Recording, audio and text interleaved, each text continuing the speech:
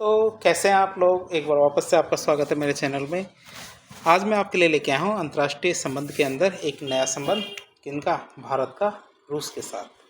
तो ये हमारी कड़ी चल रही है जिसमें हम भारत के पड़ोसी देश से और जो अन्य राष्ट्र हैं उनसे भारत का संबंध के बारे में बातचीत कर रहे थे। इसी संबंध में आज बात करेंगे हम भारत और रूस के संबंध। 1917 की बात करें तो 1917 में हमारे जो पहला विश्व युद्ध खत्म होता है, तो उसी दौरान क्या रूस में साम्यवादी क्रांति होती है, जिसके परिणाम स्वरूप वहाँ पे साम्यवादी शासन की स्थापना होती है। यदि आपने पहला विश्व युद्ध पढ़ा है तो उसके अंदर आपने इस चीज़ को देखा होगा। दूसरे विश्व युद्ध की बात करें तो दूसरे विश्व युद्ध के बाद पूरा विश्व दो गुटों में बंट जाता है। एक गुट था हमारा पूंजीवादी गुट और दूसरा गुट था हमारा साम्यवादी गुट। पूंजीवादी गुट की बात करें तो उनका लीडर था हमारे संयुक्त राज्य अमेरिका या यूएसए, इनका लीडर था। और जो हमारा साम्यवादी गुट था इसका लीडर था हमारा सोवियत संघ समाजवादी गणराज्य, जिसे यूएसएसआर कहते हैं। अब बात करें इनका एक जो सैनिक संगठन भी था। सैनिक संगठन की बात करें तो पूंजीवादी देशों का सैनिक संगठन था 1949 में, जिसकी स्थापना हुई। इसे कहते थे हम नाटो। नाटो मतलब नॉर्थ अटलांटिक ट्रीटी ऑर्गेनाइजेशन। ये नाटो संगठन था। ये किसका था, हमारे पूंजीवादी देशों का। वैसे हमारे साम्यवादी देशों की बात करें तो साम्यवादी देशों का जो सैनिक संगठन था वो था हमारा वार्सो पैक्ट। क्या वार्सो पार्ट नहीं कहेंगे, पैक्ट कहेंगे। 1955 में जिसकी स्थापना की गई। तो ये हमारे कुछ दो शक्तिशाली गुट थे, पूरा विश्व इनमें बटा हुआ था। तो इनकी बातचीत करें। फिर बात करें शीत युद्ध की। क्यों? क्योंकि 1900 जैसे द्वितीय विश्व युद्ध खत्म होता है उसके बाद से दोनों गुटों के बीच में शीत युद्ध शुरू हो जाता है। शीत युद्ध शुरू होता है और शीत युद्ध के दौरान सोवियत संघ समाजवादी गणराज्य है यूएसएसआर, इसकी वित्तीय स्थिति खराब हो जाती है। और हमारे 1985 में मिखाइल गोर्बाचोव को राष्ट्रपति बनाया जाता है। सोवियत संघ समाजवादी गणराज्य का राष्ट्रपति कौन बनता है? हमारे मिखाइल गोर्बाचोव। अब ये जो यूएसएसआर की वित्तीय स्थिति जो खराब हुई थी उसको सुधारने के लिए मिखाइल गोर्बाचोव ने दो नीतियों को अपनाया। पहली नीति थी पेरेस्ट्रोइका, दूसरी नीति थी हमारी ग्लासनोस्त। पहली नीति थी हमारी पेरेस्ट्रोइका और दूसरी नीति थी हमारे ग्लासनोस्त। पेरेस्ट्रोइका की बात करें तो ये एक रूसी शब्द है जिसका अर्थ होता है पुनर्गठन। क्या होता है पेरेस्ट्रोइका का अर्थ? क्या होता है? पुनर्गठन। मतलब सोवियत संघ समाजवादी गणराज्य यूएसएसआर में राजनीतिक और आर्थिक क्षेत्रों का पुनर्गठन किया गया। इसके अंतर्गत क्या किया गया?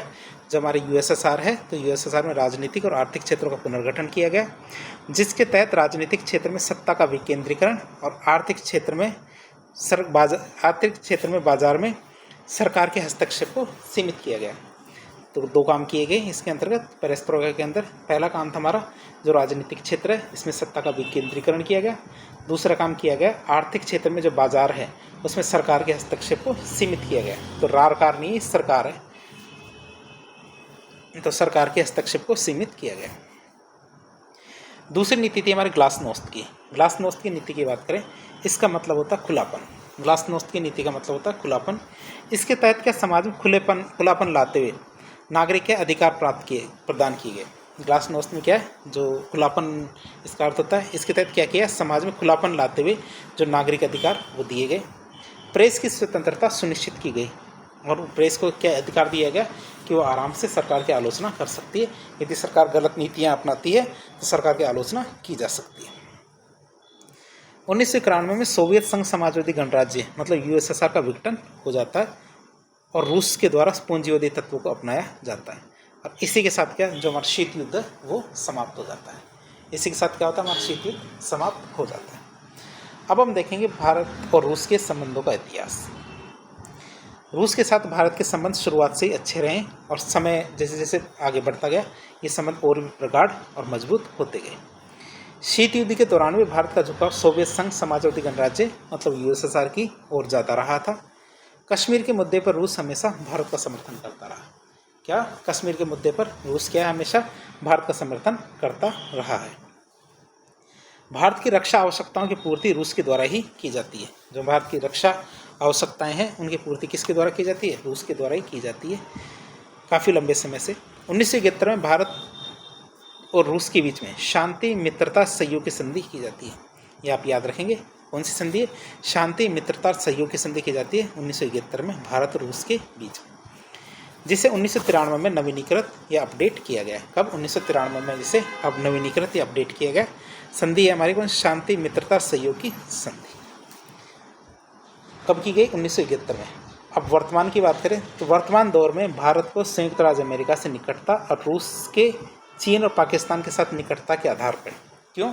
क्योंकि रूस क्या है, बहुत ज़्यादा निकट आ रहा है किसके? चीन और पाकिस्तान के, जबकि हमारे दुश्मन है दोनों। तो भारत भी कम नहीं है, तो भारत किसके निकट जा रहा है? यूएसए के निकट, मतलब अमेरिका के निकट भारत जा रहा है।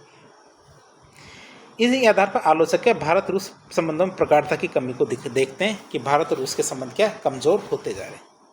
लेकिन समय समय पर महत्वपूर्ण अंतर्राष्ट्रीय मंच होते हैं, वहाँ पे और कई मुद्दे होते हैं, वहाँ पे भारत और रूस एक दूसरे का सहयोग करते हैं और इससे पता चलता है कि भारत और रूस के संबंध कमज़ोर नहीं हुए हैं।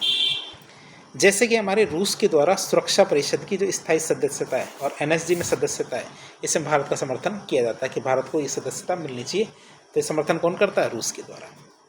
संयुक्त राज्य अमेरिका के विरोध के बावजूद भारत के S-400 रक्षा समझौते में आगे बढ़ जाता है कि अमेरिका ने मना किया कि भारत रूस से S-400 जो सुरक्षा यंत्र है वो ना खरीदे, मिसाइल अवरोधी प्रणाली है उसको ना खरीदे, लेकिन भारत ने वो चीज़ खरीदी है। अब रूस का नाम आ जाए और यूक्रेन संकट ना आए, ये नहीं हो सकता। यूक्रेन संकट की बात करें तो 1991 से पहले यूक्रेन यूएसएसआर का ही भाग हुआ करता था, मतलब यूएसएसआर का एक हिस्सा या प्रांत हुआ करता था, इसलिए यहाँ पर रूस का प्रभुत्व ज़्यादा रहा। रूस यूक्रेन को यूरेशियाई आर्थिक संघ में शामिल करना चाहता है। रूस क्या चाहता था?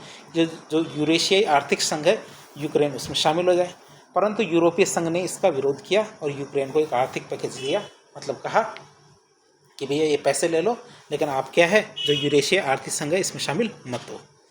यूक्रेन के राष्ट्रपति ने इस प्रस्ताव को ठुकरा दिया। क्या यूक्रेन के राष्ट्रपति ने क्या किया? इस प्रस्ताव को ठुकरा दिया, जिसके कारण क्या है, वहाँ पे हिंसक विद्रोह शुरू हो जाता है। रूसी भाषी लोगों की रक्षा के लिए रूस जो क्यों? क्योंकि यूक्रेन में एक बहुत बड़ा हिस्सा है जो किसका है? रूसी भाषा बोलने वाले लोगों का। तो उनकी रक्षा के लिए रूस की सेनाओं ने क्रीमिया में प्रवेश कर लिया। फिर क्रीमिया में प्रवेश किया, क्रीमिया की जनता से पूछा कि आप क्या चाहते हैं। इस वजह से वहाँ पे जनमत संग्रह कराया गया और रूस ने क्रीमिया पर अधिकार कर लिया। 2014 में ये घटना घटित होती है। उसके बाद पश्चिमी देशों ने रूस पर आर्थिक प्रतिबंध लगा दिए कि रूस ने जो क्रीमिया पर अपना अधिकार किया 2014 में, ये गलत किया। अब आते 2022, तो 2022 में यूक्रेन नाटो और यूरोपीय संघ में शामिल होना चाहता था, जिससे रूस को खतरा महसूस होता है।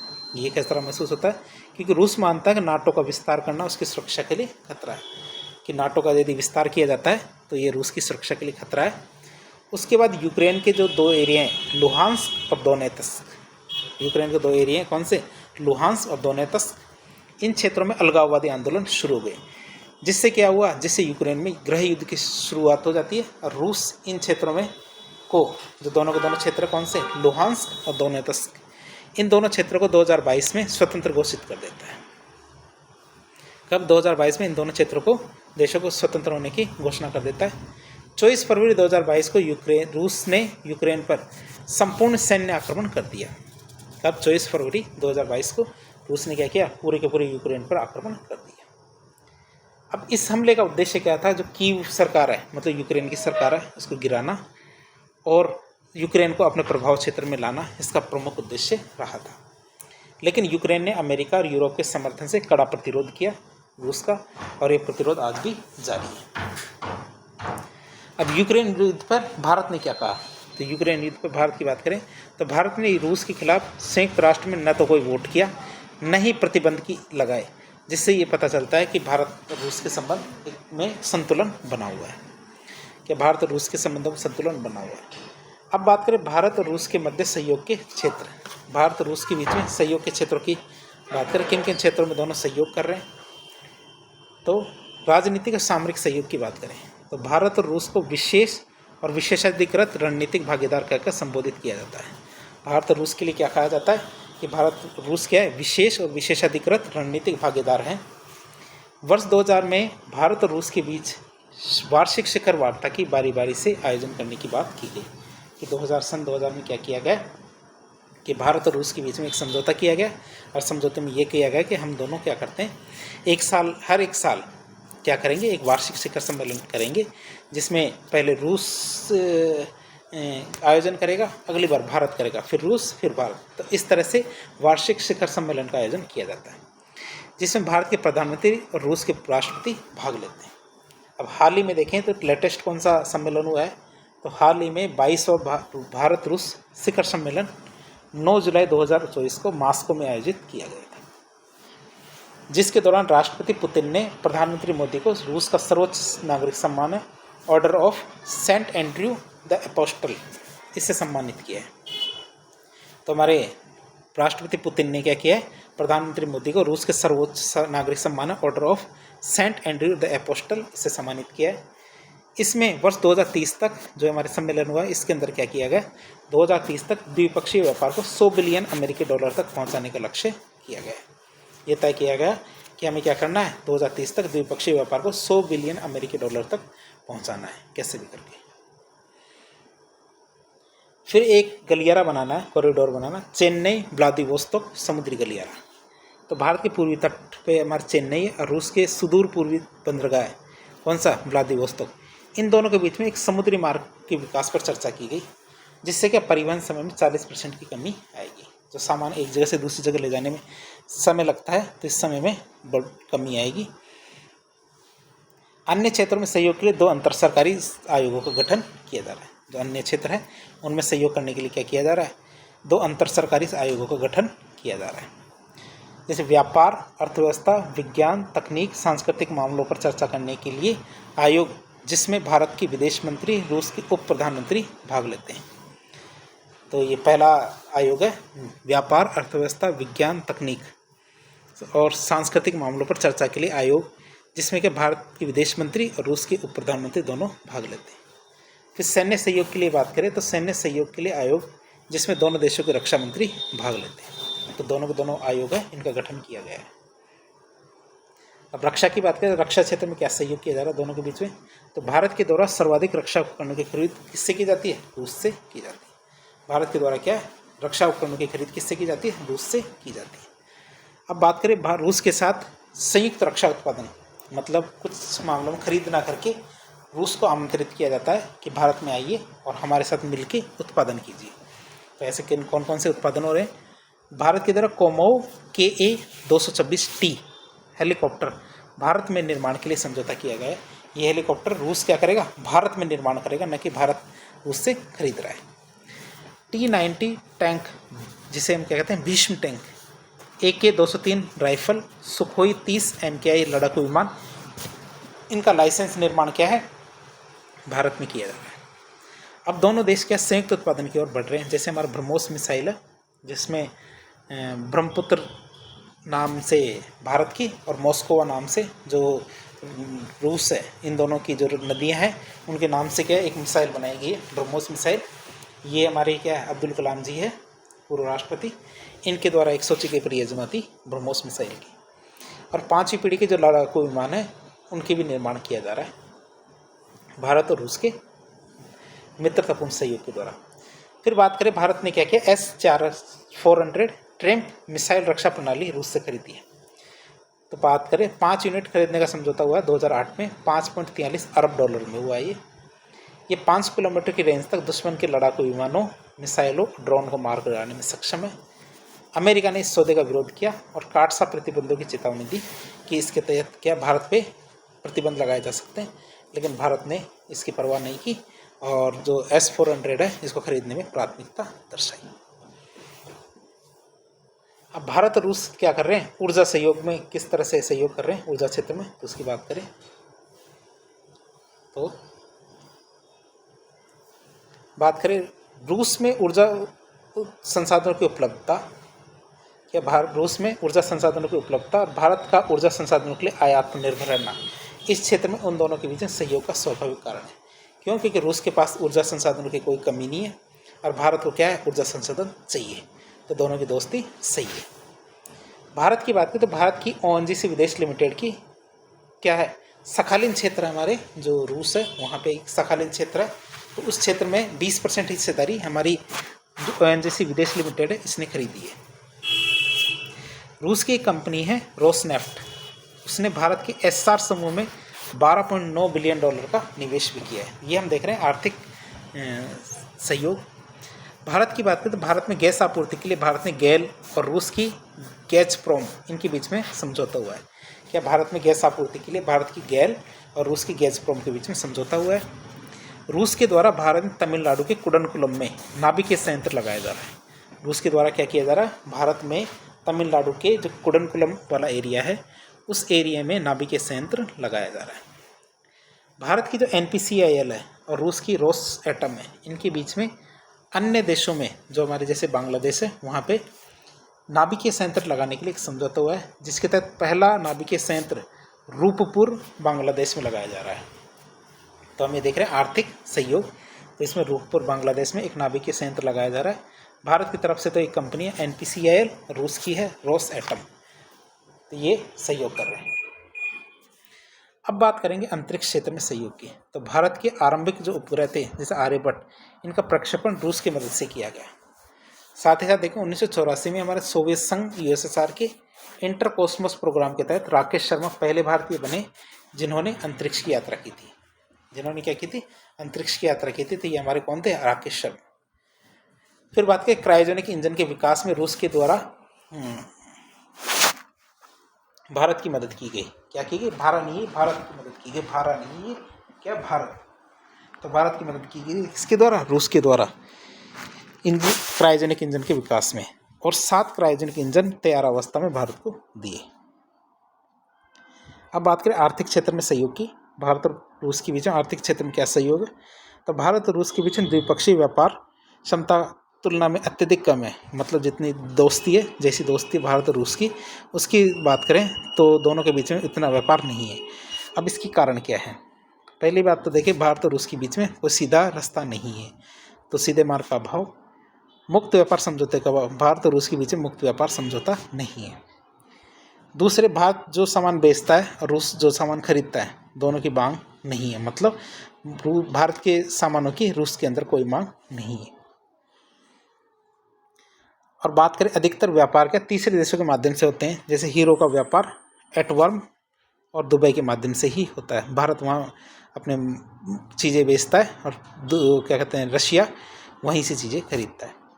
अब भारत और जो रूस है उनके बीच में व्यापार को बढ़ाने के लिए बहुत सारे प्रयास किए जा रहे हैं। जैसे सीधा व्यापारिक मार्ग सुनिश्चित करने के लिए भारत, रूस, ईरान इनके बीच में 2000 में अंतर्राष्ट्रीय उत्तर दक्षिण पश्चिम परिवहन कॉरिडोर जो INSTCA इसका शुरुआत की गई। कब, 2000 में।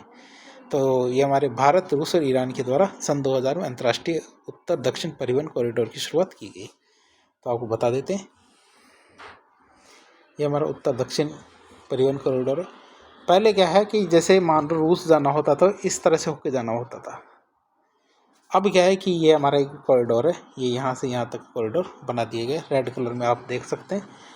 तो ये कॉरिडोर है हमारे उत्तर दक्षिण परिवहन कॉरिडोर। तो ये हमारे 2000 के अंदर इसकी कल्पना की गई थी। इसमें 3 देश शामिल है, भारत, रूस और ईरान। इसके तहत के कैस्पियन सागर को फारस की खाड़ी और अरब सागर से जोड़ा जाएगा। जो कैस्पियन सागर है इसको फारस की खाड़ी और अरब सागर से जोड़ा जाएगा। ये 7200 किलोमीटर लंबा मल्टी मॉडल कॉरिडोर है। इसमें जल मार्ग भी रहेगा, रेल मार्ग भी रहेगा, सड़क मार्ग भी रहेगा। और इसके ज़रिए क्या, मुंबई को सेंट पीटर्सबर्ग से जोड़ा जाएगा। क्या, मुंबई को सेंट पीटर्सबर्ग से जोड़ा जाएगा। संयुक्त राज्य अमेरिका के द्वारा ईरान पर प्रतिबंध लगाने के कारण, क्योंकि संयुक्त राज्य अमेरिका ने जो ईरान पर न्यूक्लियर मतलब बम बनाने के जो शंका के कारण क्या है उन पर प्रतिबंध लगा दिए। तो ईरान पर प्रतिबंध लगाने के कारण ये जो प्रोजेक्ट है धीमा पड़ गया, जो दोबारा से गति पकड़ेगा धीरे धीरे। भारत ने चाबहार बंदरगाह को INSTC में शामिल करने का प्रस्ताव किया गया कि चाबहार बंदरगाह में भारत ने काफ़ी ज़्यादा निवेश कर रखा है। भारत की बात करें तो भारत की यूरेशिया आर्थिक संघ के साथ मुक्त व्यापार समझौते की वार्ता चल रही है। फिर चेन्नई व्लादिवोस्तोक समुद्री मार्ग है, इससे व्यापार को बढ़ावा दिया जा रहा है। 2025 तक द्विपक्षीय व्यापार को बढ़ा करके $30 बिलियन का लक्ष्य रखा गया है।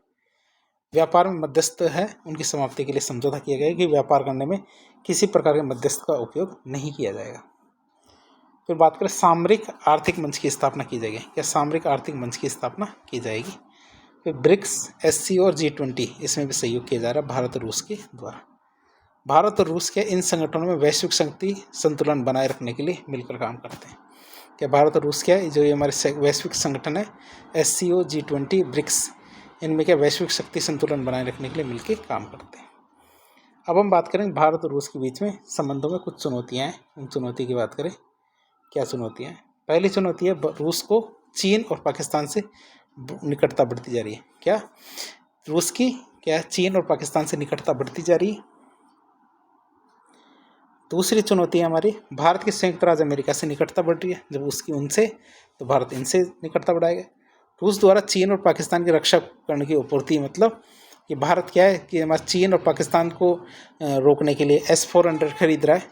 तो हमारे रूस क्या है, जो हमारा चीन को तो दे चुका और पाकिस्तान को भी दे देगा S-400। और भारत और रूस के बीच में व्यापारिक संबंध कमज़ोर है। फिर एक ग्रुप बना था रशिया, इंडिया, चाइना। RIC के निर्माण का विचार 1998 में रूस के विदेश मंत्री ने कहा कि हम एक ऐसा ग्रुप बनाते हैं जिसमें चाइना, रूस और भारत तीनों देशों को शामिल किया जाए। तो RIC के महत्व की बात करें तो इससे क्या बहुदलीय विश्व के निर्माण में आपसी सहयोग होगा। बहुपक्षीय अंतर्राष्ट्रीय संस्थानों में सुधार के प्रयास किए जाएंगे। इसके तहत विकासशील देशों में के जो हित है इनकी रक्षा की जाएगी। क्या इसके जरिए क्या विकासशील देशों के हित की रक्षा की जाएगी। एशिया की तीनों बड़ी शक्तियां मिलकर काम करेंगी, तो तीनों के बीच में क्या समन्वय रहेगा। रूस के माध्यम से भारत और चीन के बीच में जो संबंध बिगड़े हुए हैं उनमें सुधार होगा। अब भारत क्या है कि अमेरिका के पास जा रहा है, तो रूस क्या है चीन और पाकिस्तान के पास जा रहा है, और तीनों ने मिलकर रूस, चीन और पाकिस्तान त्रिकोण बना लिया है। तो इसकी बात करें तो यह एक अनौपचारिक त्रिकोण है, तो चीन के रूस और पाकिस्तान के साथ अच्छे संबंधों के कारण अस्तित्व में आया। ये तीनों देश क्या चीन की जो BRI प्रोजेक्ट है उसमें शामिल है। पाकिस्तान और रूस दोनों चीन की जो BRI परियोजना है उसमें शामिल है। ये जो त्रिकोण है ये भारत के लिए सामरिक खतरा है। क्यों? क्योंकि ये दोनों सदस्य चीन और पाकिस्तान के साथ भारत के अच्छे संबंध नहीं है। वही तीसरा सदस्य रूस, जो कि भारत का एक अच्छा मित्र है, वो अब धीरे धीरे मित्रता इससे दूर हो सकती है। लेकिन इसका इतना डर भी नहीं है। क्यों? क्योंकि ये त्रिकोण स्वाभाविक नहीं है, परिस्थितिजन्य है। और इसके पीछे की ऐसी कौन सी परिस्थितियाँ हैं? पहली बात आती है रूस पर आर्थिक प्रतिबंध लगने से वो चीन की तरफ झुक गया है। BRI प्रोजेक्ट भविष्य में रूस के लिए चुनौती बनेगा। क्यों? क्योंकि रूस के प्रभाव को कम करेगा। रूस एक महाशक्ति है, लेकिन चीन क्या है, जो रूस की जो महाशक्ति वाली पहचान है इसको कम करने का काम करेगा। और पाकिस्तान के इस त्रिकोण में वैसे भी कोई भूमिका नहीं है, तो पाकिस्तान का तो कोई लेना देना ही नहीं है, तो त्रिकोण ज़्यादा दिन तक नहीं चलेगा। ज़्यादा लंबे समय के लिए पाकिस्तान किसी के लिए भरोसेमंद भी देश नहीं है। तो इस तरह आज हमने एक लेक्चर के ज़रिए जो भारत और रूस के संबंधों के बारे में जानने की कोशिश की, उसके सभी पहलुओं को देखने की कोशिश की। तो इस प्रकार के इन्फॉर्मेटिव वीडियो देखने के लिए हमारे चैनल से जुड़े। वीडियो यदि पसंद आए तो वीडियो को लाइक करें, चैनल को सब्सक्राइब करें, अपने दोस्तों के साथ शेयर करें। धन्यवाद।